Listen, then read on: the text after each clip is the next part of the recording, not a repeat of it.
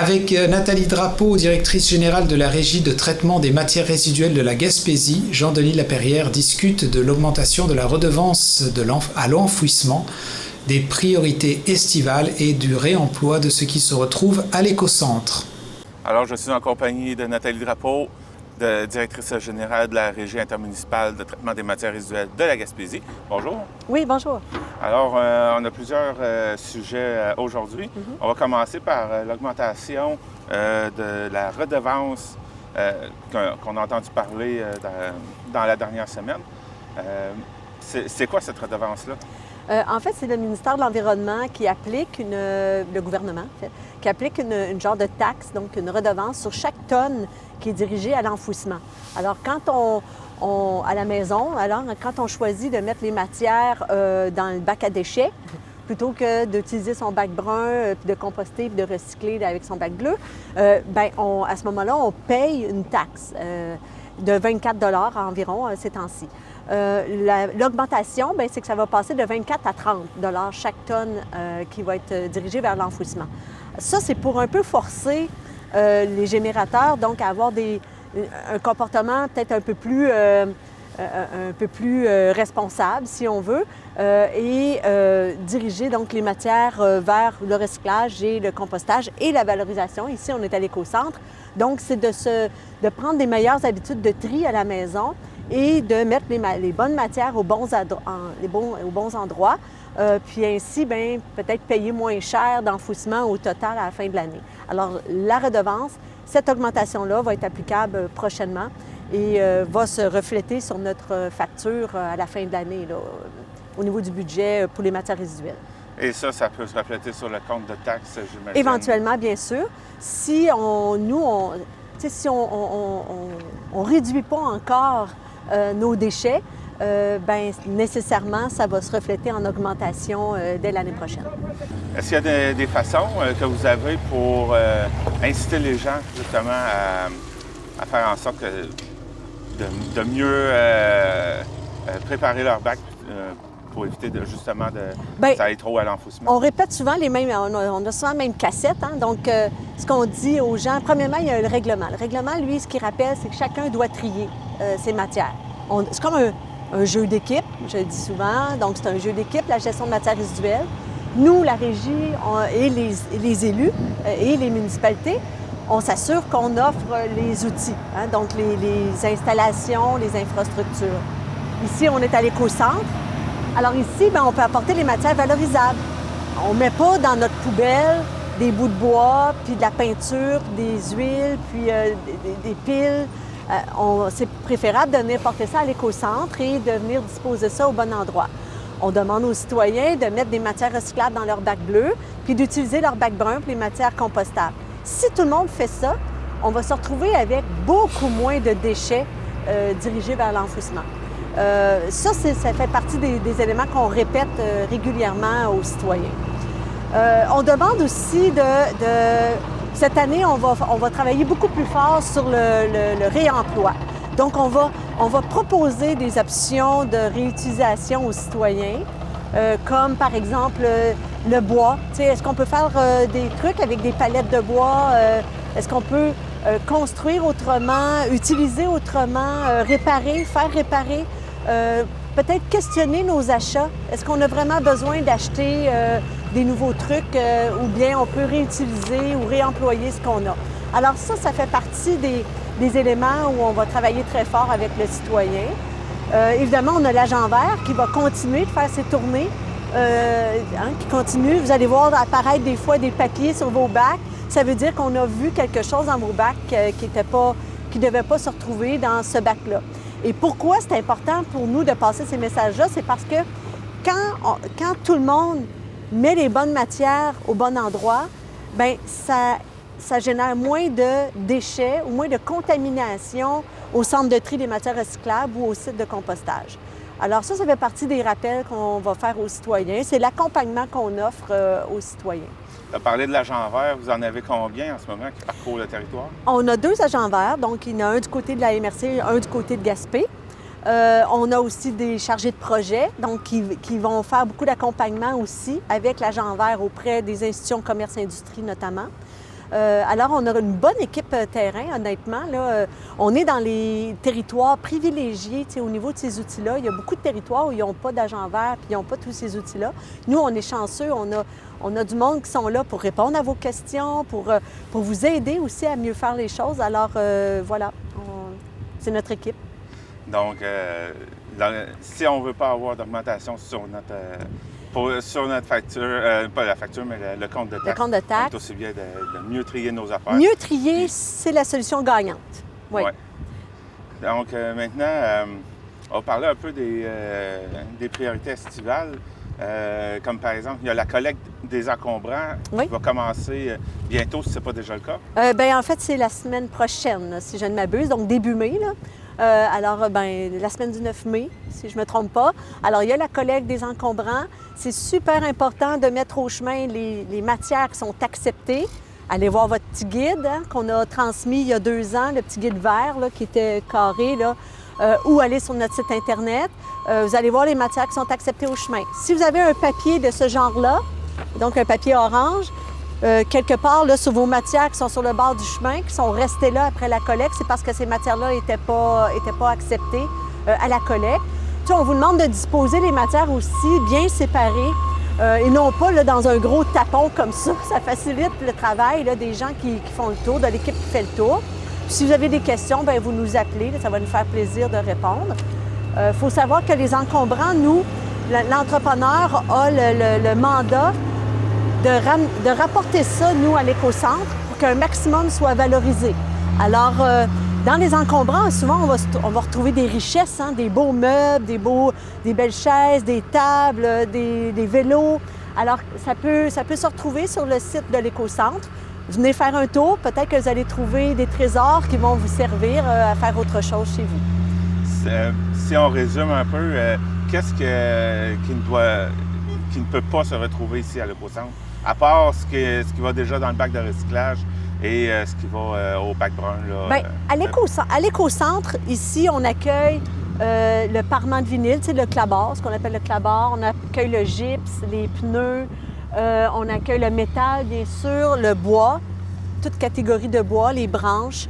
Ça fait partie pas mal des matières là, qu'on accueille, les peintures, les huiles, les piles, les néons, le matériel informatique électronique. Donc, il y a beaucoup toutes ces matières-là sont valorisées. Valoriser, ça veut dire qu'on va les diriger vers des acheteurs de matières qui vont les transformer, qui vont refaire une nouvelle matière avec. Alors, pour nous, ça, c'est l'important quand on arrive à l'éco-centre, c'est de disposer les matières au bon endroit. Les sommiers, on démonte les sommiers pour récupérer le bois et le métal. Alors, il y a beaucoup de travail qui se fait sur ces sites-là. Ça vaut la peine de venir faire un tour puis de voir aussi l'équipe comment elle travaille fort à récupérer un maximum de matière. Donc, pour ce qui est des activités estivales, vous avez le compost aussi que vous vendez? Oui, alors les ventes ont débuté ou débutent en ce moment-ci. Alors oui, on a du compost.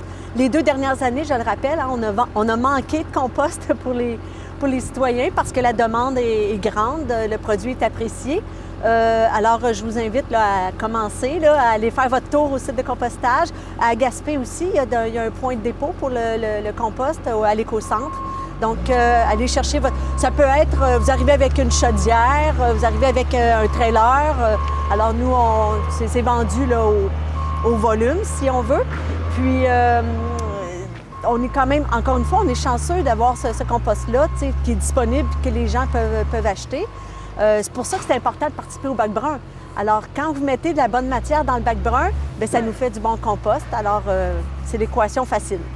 On a fait une entrevue l'an passé sur le champ de saule que vous utilisez pour la réduction des eaux de compostage. Oui. Est-ce que le champ vous aide à produire plus aussi pour le compost? En fait, ce qu'il nous aide à faire, il nous aide à réduire nos dépenses au niveau de la gestion de l'eau de compostage. C'est surtout pour ça. Oui, mais cette année, on a déjà... Là, on a coupé une partie des saules. Et cette partie-là, bien, l'idée, c'est... Parce qu'il était rendu vraiment très, très haut, là, à 10-12 pieds. Alors, ce qu'on a coupé, on va mettre ça en copeaux. Et ce copeau-là, on va le réutiliser dans le processus de compostage. C'est une belle roue qui tourne, ce projet-là. C'est vraiment un beau projet. En plus, on a planté ces saules-là sur un ancien dépotoir à Chandler, donc que la Ville a mis à la disposition du projet. Fait que ça permet de régénérer ce site-là. Donc, si vous avez l'occasion d'aller visiter, ça aussi, c'est un bel endroit à aller yeuter. Vous vouliez me parler aussi des bonnes pratiques, entre autres, comme le bac à déchets au chemin. Vous me parliez qu'il y a des façons idéales de le placer, entre autres. Exact, parce qu'on a souvent des appels, des gens qui disent « Ah, le camion, il n'a pas pris mon bac brun. » Mais ce qu'il faut vous dire, c'est quand le chauffeur est dans son camion, là, si vous placez le bac brun derrière le bac à déchets ou derrière le bac bleu, il ne voit pas le bac brun. Alors, c'est super important de placer le bac brun avant les autres bacs, quand c'est la journée où on a... Parce que là, on commence les collectes à chaque semaine, là, des bacs bruns. Fait que c'est très important de disposer votre bac brun avant votre bac bleu ou votre bac à déchets pour que le camion, lui, que le chauffeur puisse bien le voir. Puis, dans ce contexte-là, il ne l'oubliera pas. C'est important aussi de mettre son bac au chemin quand il est plein. Et là, je parle spécifiquement du bac à déchets ou du bac de récupération. Quand on a fait une vérification terrain, on s'est rendu compte qu'il y avait 50 des gens qui mettaient leur bac à déchets au chemin, alors qu'il n'y avait même pas 50 de rempli dans le bac. Je dois avouer que c'est quelque chose que je fais aussi. Bon, alors ça, quand vous faites ça, ça nous coûte plus cher. Ça coûte plus cher parce que nous, on paye le transporteur, l'entreprise qui fait la collecte et le transport, on paye une partie forfaitaire, mais une partie à la levée aussi, pour chaque levée. Alors, quand vous mettez votre bac au chemin puis il n'y a presque rien dedans, on vient de payer un petit peu pour rien, pour chaque levée. Alors, mettez votre bac au chemin quand il est plein, ou à 75 là, si vous ne voulez pas manquer de marge de manœuvre, mais ce n'est pas nécessaire de le mettre au chemin systématiquement à chaque collecte. Est-ce que c'est toujours aux 2 semaines, la collecte du bac vert? Oui. C'est donc bac bleu, bac vert, c'est toujours aux 2 semaines. Fait que vous êtes capable de voir qu'est-ce que ça vous prend comme capacité de quel espace vous avez besoin. Si vous compostez, je vais vous donner un exemple. Là, moi, ceux qui compostent dans mon entourage, là, puis qui le font de façon assidue, en tout cas, je peux parler de chez nous, maintenant, on va parler de mon expérience personnelle. Moi, le bac à déchets, je le mets au chemin aux 2 mois. C'est pas plus de besoin que ça parce qu'on participe assez bien au bac brun. C'est sûr que si on trie suffisamment bien ce qu'on met au bac brun, bac vert, bac bleu, normalement, le bac vert, justement, devrait se remplir assez lentement. Oui, exactement. Là, vous allez voir qu'il n'y a plus grand-chose qui se retrouve aux déchets. On est au printemps, donc les gens ramassent leurs feuilles mortes. Puis aussi, il y en a qui vont mettre, quand ils vont tondre le gazon, ils vont ramasser le gazon et mettre ça dans le bac brun. Mais vous parlez comment vous dire ça? Herbicyclage. L'herbicyclage, oui. Oui, c'est ça. Ça, c'est... Expliquez-moi un peu c'est quoi. OK, bien, c'est sûr qu'on a un bac brun, donc c'est le fun. Tu sais, quand on racle, on se dit, bien, tu sais, les feuilles ou le gazon, ça peut très bien aller au bac brun. Oui, c'est vrai. Puis ça fait une belle matière à composter, c'est vrai aussi. Mais la meilleure pratique, c'est de laisser son gazon sur son terrain parce que ça sert en fait d'engrais finalement. Et puis, ça évite de traiter cette matière-là, de la collecter puis de la traiter. Il y a un coût, même le compostage, ça coûte beaucoup moins cher que d'enfouir, mais ça coûte quand même quelque chose. Alors, ce qui coûte rien, c'est de laisser le gazon sur son terrain. Donc, c'est un peu ça l'herbicyclage. Un autre point qu'on voulait aborder aujourd'hui, c'est le réemploi des matières. Tu en as fait allusion au début de l'entrevue. Donc, expliquez-moi un peu. Dans le fond, c'est pour réutiliser tout ce qu'il y a ici. Oui, c'est ça. Ce que vous voyez ici, mettons le bois. On va prendre par exemple le bois.